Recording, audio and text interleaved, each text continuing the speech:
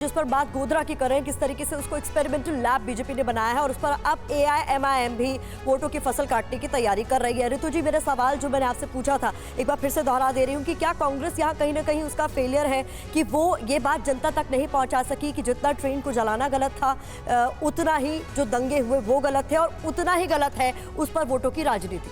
देखिए, हम तो हमेशा से दंगों के खिलाफ रहे हैं।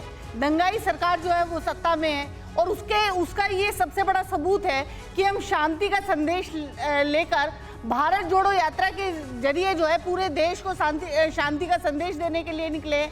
हम किस लिए निकले हैं? हम इसीलिए निकले हैं कि हिंदू मुसलमान के दंगों में जो हिंदुस्तान को झोंका जा रहा है उस चीज से थोड़ी जनता को राहत मिले।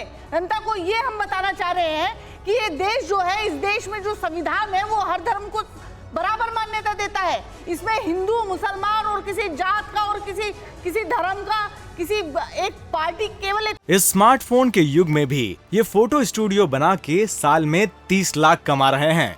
आपको भी ये कमाना है, उनसे सीखना है तो फ्रीडम ऐप को अभी डाउनलोड कीजिए। पार्टी के फायदे के लिए हम इस देश को जलने नहीं देंगे।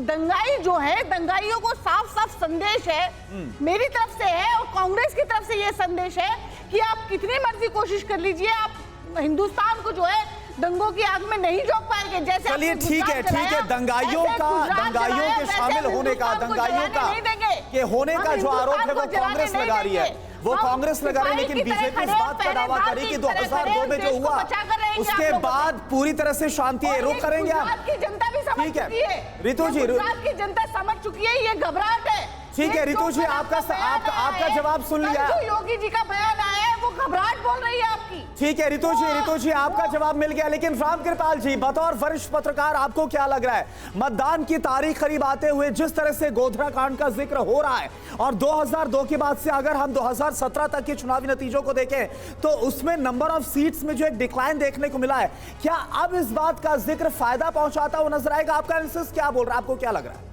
देखिए, मेरा ऐसा मानना है कि गुजरात में ऐसा नहीं है कि गोधरा का अगर उल्लेख नहीं करेंगे तो वहाँ जिस तरह का डिवीज़न है वो नहीं होगा, वो पहले से है। और ऐसे कहा जाता है ना, किसी शायर ने कहा है कि अब ये भी नहीं ठीक कि हर जख्म भुला दें, कुछ जख्म कलेजे से लगाने के लिए हैं। गोधरा का जो जख्म है, चाहे वो दंगा हो, चाहे जो ट्रेन हादसा साबरमती का हुआ, दोनों ही बहुत भयानक थे। दोनों को लोग भूले नहीं है, पूरा देश नहीं भूला है। तो मैं ये कहता हूँ कि उससे आज की तारीख में देखिए, वो ओवैसी और जो भी वोट है, कांग्रेस के लिए खतरा दो चीज़ों से है, एक आप पार्टी और दूसरे ओवैसी।